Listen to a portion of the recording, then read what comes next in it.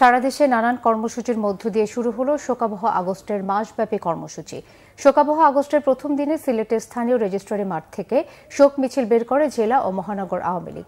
এতে জেলা ও মহানগর আওয়ামী লীগ, যুবলীগ, ছাত্রলীগ সহ বিভিন্ন সহযোগী সংগঠনের নেতাকর্মীরা অংশ নেন। বরিশালে কালো ব্যাজ ধারণের মধ্য দিয়ে মাসব্যাপী কর্মসূচির উদ্বোধন হয়।